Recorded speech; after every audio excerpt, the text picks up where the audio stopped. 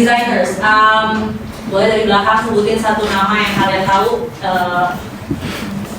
Ya, American designer. Kalau nggak tahu bilang aja nggak tahu ya. Boleh dari belakang dulu.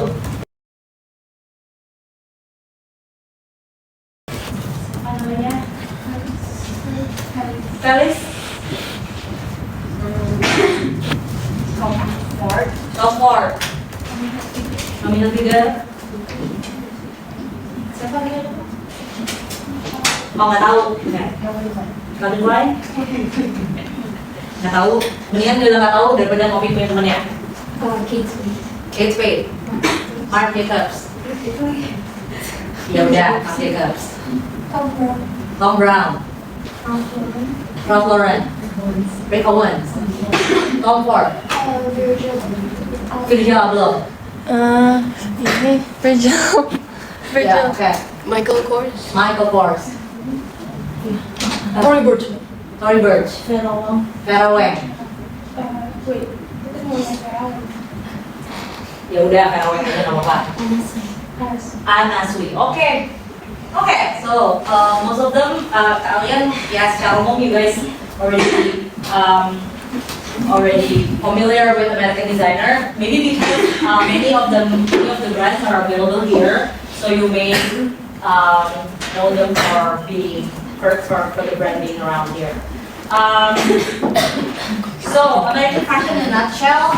First, they are very much diverse and has strong cultural fusion. So because American fashion itself is a melting pot of culture, ethnicity, and subculture. Jadi memang sangat kaya terhadap cultural and diversity fusion. Second is they're very innovative and also strong in the streetwear culture. Tadi disebut Virgil Abloh misalnya, salah satu sosok yang memang very strong in the streetwear culture. Third, they also heavy on global influence of pop culture and media. As we all know, like Hollywood is based in America. Terus dari itu kan banyak juga kayak music industry, film industry are two most strong industries in States. In America, that's why itu juga pasti sedikit banyak menginfluence dan berpengaruh terhadap American fashion in general. Also, the thing about American fashion is that they are very much practical and functional as well. Jadi tadi nama-nama yang disebut semua kalian bisa wondering, maksudnya kalian bisa lihat lah betapa baju-bajunya pasti sangat wearable. Say Tommy Hilfiger, Calvin Klein, Ralph Lauren, Kate Spade, misalnya Tory Burch gitu kan, pasti udah benar-benar ready to wear, benar-benar direct ready to wear. Satu produk-produknya, pieces-piecesnya yang sangat mudah dipakai. Beda banget sama misalnya French fashion gitu yang benar-benar theatrical dan over the top gitu yang bisa dibilang hanya segelintir orang yang bisa pakai. Okay, that's American fashion in a nutshell. So first ada yang sebut tadi. Tom Ford. So Tom Ford, before you may know him from his own namesake label, Tom Ford. Dan Tom Ford sendiri sekarang in terms of industry are very much well known for the beauty brand, ya kan? Istilahnya mungkin nggak tahu fashionnya, tapi bisa jadi lebih tahu beauty brandnya dia. Tom Ford sebelum having his own brand dulu terkenal gara-gara revitalizing Gucci brand during his tenure as creative director from 1994 to 2004, which lumayan lama, around 10 years, bringing Gucci to bold and sassy aesthetic.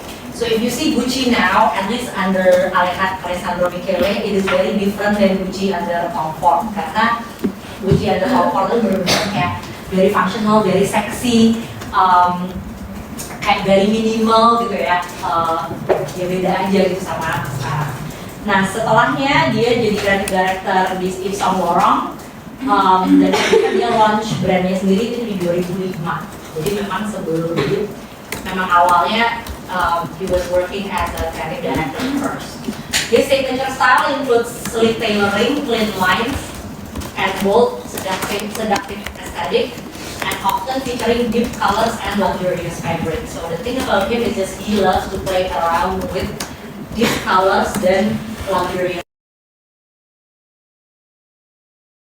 This is very comfort in a way that, yeah, he likes to play with luxurious fabric like fur, kayak animal skin, tapi juga dan warna-warna bold colors, prints gitu ya. Jadi strong kekuatannya dia itu bukan di print tapi justru di warna-warna yang bold, terus di panjangnya tuh in the most unexpected way lah somehow. And if you like the aesthetic of comfort, kalian bisa coba nonton filmnya dia, judulnya A Single Man dan Nocturnal Animals. Itu both warnanya tuh warna comfort banget, jadi bisa dilihat bahkan filmnya itu warnanya sangat bold gitu loh. Jadi kayak memang he loves to play with colors. Another Tom, tapi kali ini tulisnya beda, Thom Browne, Thom Browne. Another American designer and known for his signature croc gray suit, which has become a hallmark of his brand aesthetic. Ada satu typical design, ada satu signature design atau ciri khas desainnya dia yang namanya sudah masanya 3. ya, tapi siapa yang tiga? Oke. Jadi 3 stripe-nya Thom Browne ini bahkan udah pernah masuk ke legal battle sama Adidas. Dan kalau nggak salah mana Thom Browne ya. Jadi karena sama tuh stripe-nya 3 ditaruh di lengan gitu biasanya kan. Cuman warnanya dia tuh merah, putih. Nah, he launched his menswear in 2001, focusing on tailoring and shaping traditional suiting with fashion and avant-garde details. Jadi what's so interesting about his design personally is because he always combine anything that is strappy with anything that is over the top shape gitu. Jadi gitu. Overall looknya tetap strappy. Terus he's very much inspired by classic American uniform, including suits, sportswear, and khaki style, like I said. In terms of design, he also loves to dress a lot of celebrities. Usually dia tuh juga selalu kayak jadi kayak tamu. Basically dia selalu kayak participate in Met Gala. Makanya kalau misalnya Met Gala dia selalu Thom Browne ini bawa ada kayak a group of celeb yang dia dress gitu ya, dan ya selalu bisa ngikutin temanya loh dan tetap mempertahankan dirinya mereka. Next is Michael Kors. Tadi ada yang nyebut ya?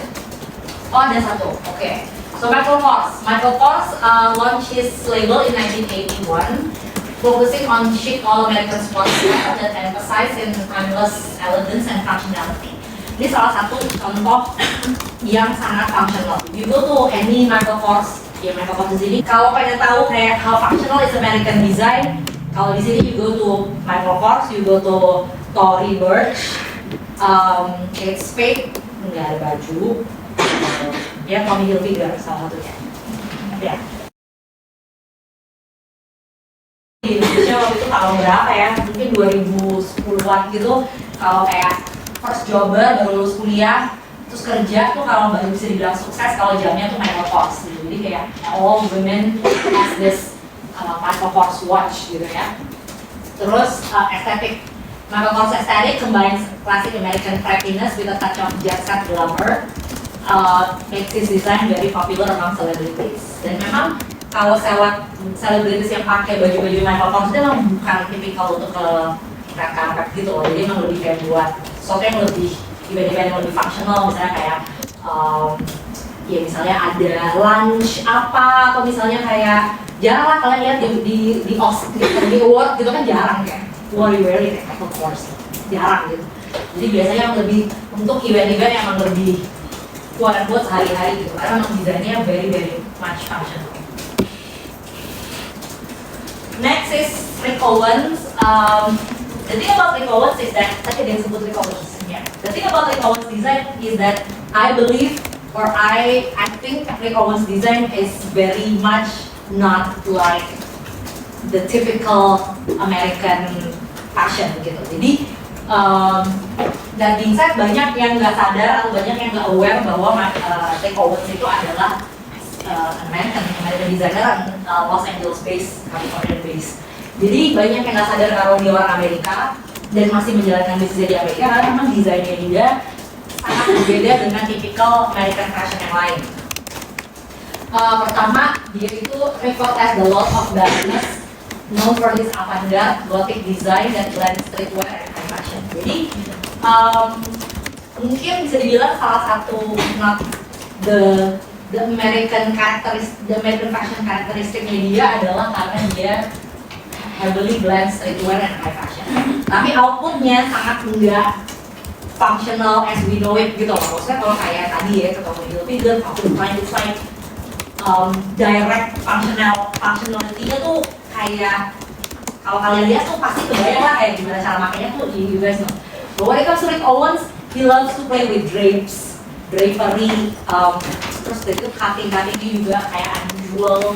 Jadi bentuknya tuh kayak quote-unquote aneh dan biasa, lusuh, sekilas kelihatannya kayak lusuh.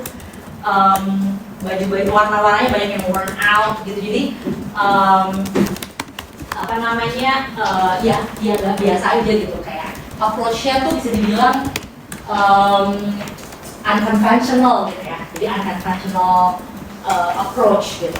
Terus udah gitu juga another interesting point about Owens is that he loves to do a dramatic runway shows. Jadi kayak if you have time, you go search his show in YouTube.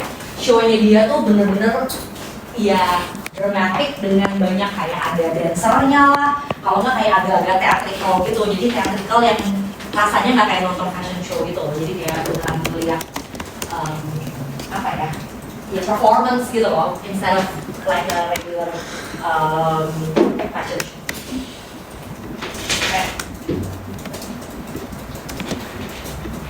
Oke. Kita mulai dulu dari yang sebelah sini. Ada yang tahu sekarang mereka kayak saudara kerja apa? Reza. Iya benar. Oh iya. Oh iya. Berdua. Jadi, if you know the name Forenza, the brand Forenza Schuler, ada yang tahu tulisan tangan? Yang tahu brand Forenza Schuler? Enggak? Sini dulu. Tahu? Oke. Dua dari sekian. Oke lah. So there's a American brand called Forenza Schuler. So Forenza Schuler itu sebenarnya adalah combination of the designer's mother's maiden names. Makanya banyak yang nggak aware kali ya. Namanya Forenza itu Jack's mom, and Schuler itu Hernan Lazaro's mom. Jadi namanya Forenza Schuler is a American brand. Desainersnya, the foundersnya adalah Jack McCullough and Lazaro Hernandez. Terus after succeeding with their brand, sekarang they both became the creative director of Loewe, which is a huge shoes to fill karena sebelumnya J.W. Anderson udah sukses banget merevamp Loewe, become this big brand nobody like everybody so crazy about gitu ya, dan sekarang mereka yang fill the shoes of him. They both Parsons graduate, Parsons New York graduate. Nah awalnya mereka bikin si brand itu di 2002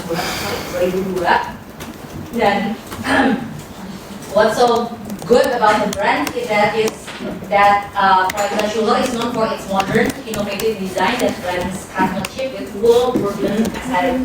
Jadi if you like to wear something that is functional, if you like something functional tapi sesuatu yang masih lebih ada artsy-nya, masih sangat modern, masih sangat ada quirky-nya tapi tetap front and center functional, you will love Forenza Schuler. Dan Forenza Schuler ini terkenal as a brand karena mereka itu yang ada yang tahu tasnya PS1 bag. This is one of their famous bag. Dan mereka the master of the see now buy now model. Jadi starting dari fall 2016 di 2016 kalian bisa melihat fashion show-nya mereka itu langsung bisa beli barangnya.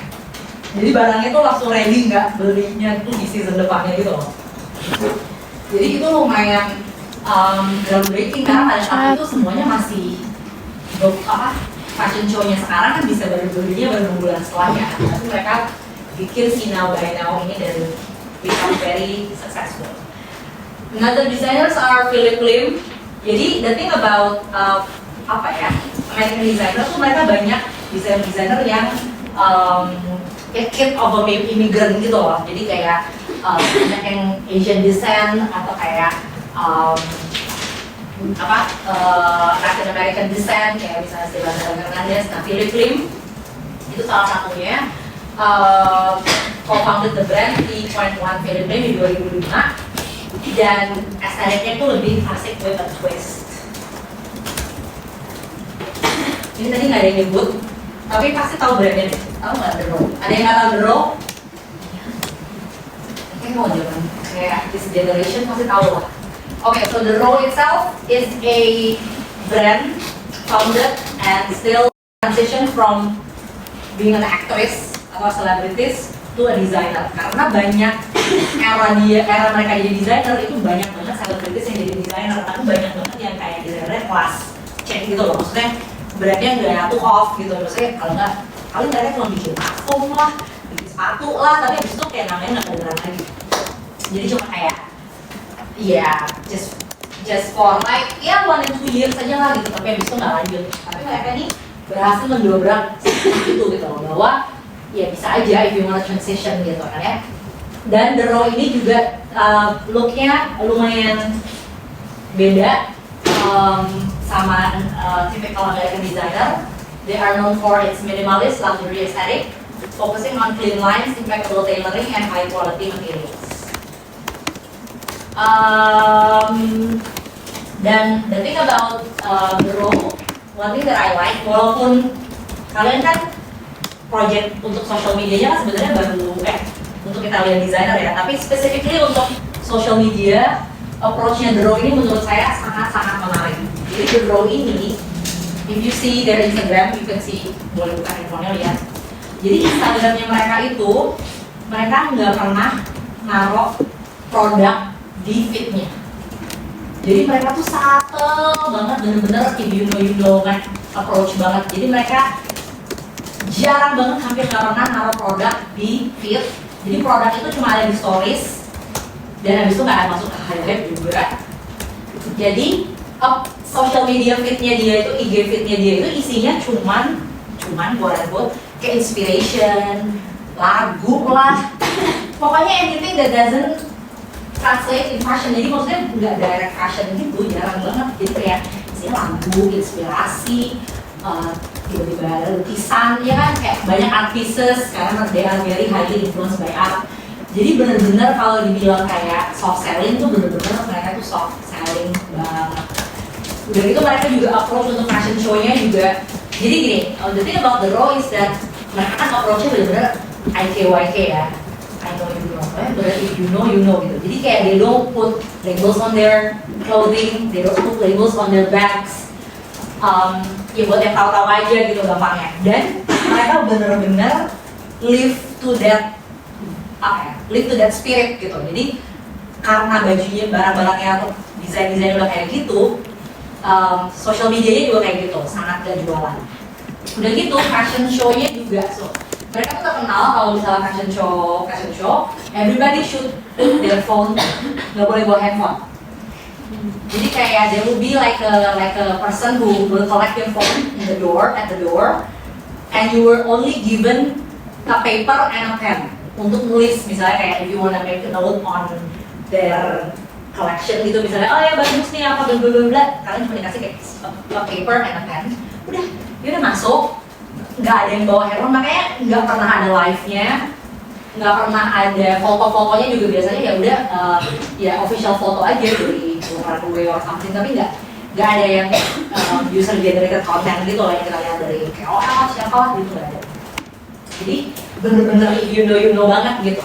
Ini cuma dikasih kertas sama bolpen. Udah gitu fashion show-nya sendiri tuh katanya fashion show-nya cuma sebentar, sisanya tuh kayak lebih banyak kayak networking. Jadi kayak makan-makan, selalu ada makan-makannya. Dan mereka selalu featuring kayak artisan-artisan atau seniman-seniman muda yang misalnya di commission untuk bikin piringnya lah, piringnya dipakai untuk makan gitu. Jadi bener-bener mereka tuh sangat-sangat supportive terhadap small business, small owners, small artisan. Jadi bener-bener istilahnya kayak you can be nobody and still be somebody gitu. So that's the thing about the role, and I think that is very much. So the thing about that kalau when you do that benar-benar as part of your DNA, it felt less of a gimmick gitu. Ya nggak sih, kayak berasa kayak oh ya udah gitu, kayak it felt like it's ya holistically the brand gitu, kayak berasa oh ya udah emang brandnya kayak gitu. So that's the role. Next is Diane von Furstenberg. Dulu ada brand ini, kayaknya sekarang udah nggak ada di sini, tapi kayak di luar masih ada. So Diane von Furstenberg is a designer who's very famous for its craft dress. Jadi kalau ada dress craft yang kita tahu sekarang, craft dress, ikat gitu, itu tuh yang mempopulerkan pertama kali adalah Diane von Furstenberg. Next is Tommy Hilfiger. Tadi ada yang nyebut juga kan. He's into preppy, classic American style with youthful twist, incorporating red, white, and blue into his design. Dan very much inspired by hip hop music. Jadi kayak pop culture itu sangat kayak hip hop music. Terus street style, American street style itu juga sangat Tommy Hilfiger. Next is Marc Jacobs. Tadi ada yang nyebut kan ya. Nah, Marc Jacobs ini juga bisa dibilang desainnya lumayan berbeda dengan typical American fashion. Jadi desainnya I would say very France gitu. Kayak Prancis banget karena dia suka sesuatu yang kayak besar, megah, theatrical, over the top. Ya, show-nya tuh di Marc Jacobs itu typical collection yang runway sama ready to wear itu beda banget. Jadi itu biasanya approach French fashion tuh kayak gitu. Jadi kalau brand-brand Eropa atau brand-brand Prancis itu runway sama ready to wear produknya tuh sangat berbeda. Jadi show-nya Marc Jacobs tuh selalu dikenal sebagai show yang sangat fun, seru gitu ya. Dan dia suka sesuatu yang eclectic, daring approach, terus often blending high fashion with street style and pop culture references. Jacobs is famous for his extravagant runway show and presentation, often featuring over-the-top sets and dramatic storytelling. Dia juga terkenal sejak jadi creative director of Louis Vuitton tahun 1997 sampai 2014. Lama, cukup lama. 17 tahun. Tadi dia nyebut Vera Wang. Kalau Vera Wang terkenalnya karena desain baju apa? Bridal, yes, bridal, dan juga akhirnya dia juga bikin kayak night gowns gitu, tapi memang besarnya industri terbesarnya dia adalah bridal. And banyak yang nggak tahu kalau Vera Wang itu awalnya adalah Olympic figure skater yang mewakili Amerika di Olimpiade. Jadi benar atlet, jadi she's an Olympian for figure skate. Terus habis itu udah jadi atlet, dia kerja di Vogue as a fashion editor. Baru setelah itu dia bikin brandnya sendiri itu di tahun 1990. Jadi another American designer with Asian descent ya, keturunan Asia di Amerika yang menjadi desainer berani banget. Dan ya sekarang udah ada di luar juga sih. Oke, terakhir, I bet ini ada yang tahu Amis Milovic, or ada yang tahu brand TV? Gak tahu juga. Oke, why I put her here adalah this is the epitome of, I would say, the Gen Z brand in a way. Maksudnya gini, nama-nama yang tadi disebut di depan mostly are people who study fashion gitu ya. who study fashion and who can design gitu ya, who can design and become a fashion designer and have their brand. Tapi Amis Milovic ini adalah is a marketer, so she always say that she is a marketer and that she cannot design. Tapi dia membuktikan bahwa memang bisnis yang solid di MA yang kuat itu akan membuat sebuah brand sukses walaupun kalian nggak bisa gambar atau kayak nggak punya background fashion design at all.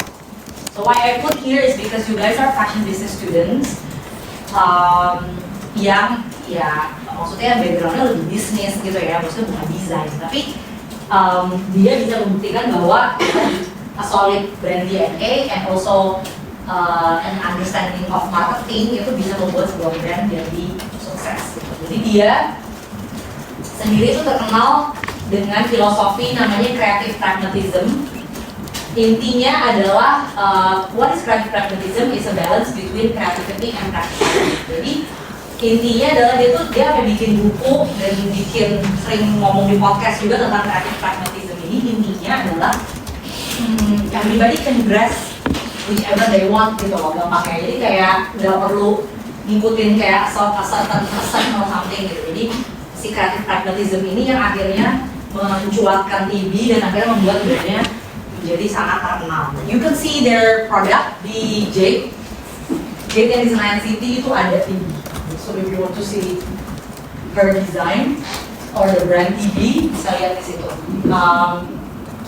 Jadi, so if you guys have a dream here, ada yang udah tahu di sini siapa yang pengen punya brand sendiri? 1, 2, 3, 4, dan apapun, fashion, jewelry, anything shoe, bener-bener 1, 2, 3, 4. Ya, oke, dikit ya. Anyway, ya udah. Jadi kayak if you guys want to have your own brand gitu ya, nggak usah discourage kalau misalnya nggak bisa gambar atau kayak misalnya ya ke sekolah fashion design gitu ya, karena itu dia membuktikan bahwa itu bisa tetap bisa punya brand yang sukses. Oke, sampai sini ada pertanyaan? Oke, so we're going to take a 5 minutes break sambil kita presentasi. Mana ada 5 ya? We're gonna start with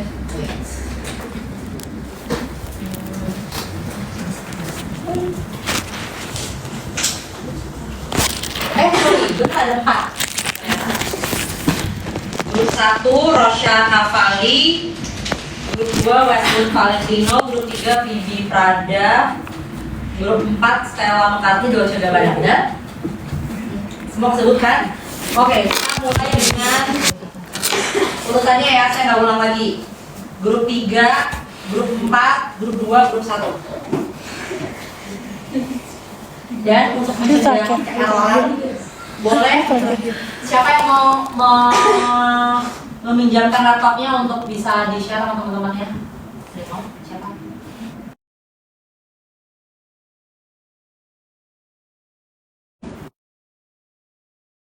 Ada ininya nih. Oke, gini aja deh, yang grup pertama aja. Salah satu dari grup pertama akan meminjamkan laptopnya untuk yang lain. So, salah satu dari grup 3. Oke, jadi 3, 4, 2, 1 ya. Oke, jadi grup 3 terserah laptop siapa yang mau dipinjemin, yang lainnya kirim ke grup 3. Materinya nanti tinggal di present dari satu laptop. Oke? Oke, gini deh, kita take 10 minutes break, kita mulai 14.30 ya. Silahkan break dulu kalau mau toilet. Atau ada yang mau siap-siap? Ping banget.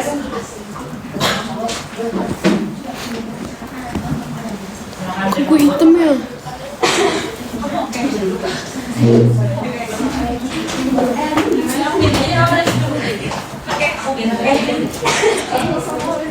Thank you, Yasmin. Gue gak bisa sih iPad.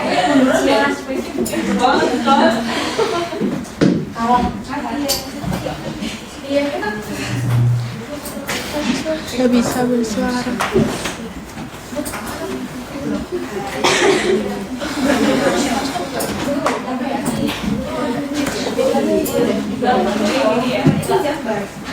Oh yuk. Hah? Oh.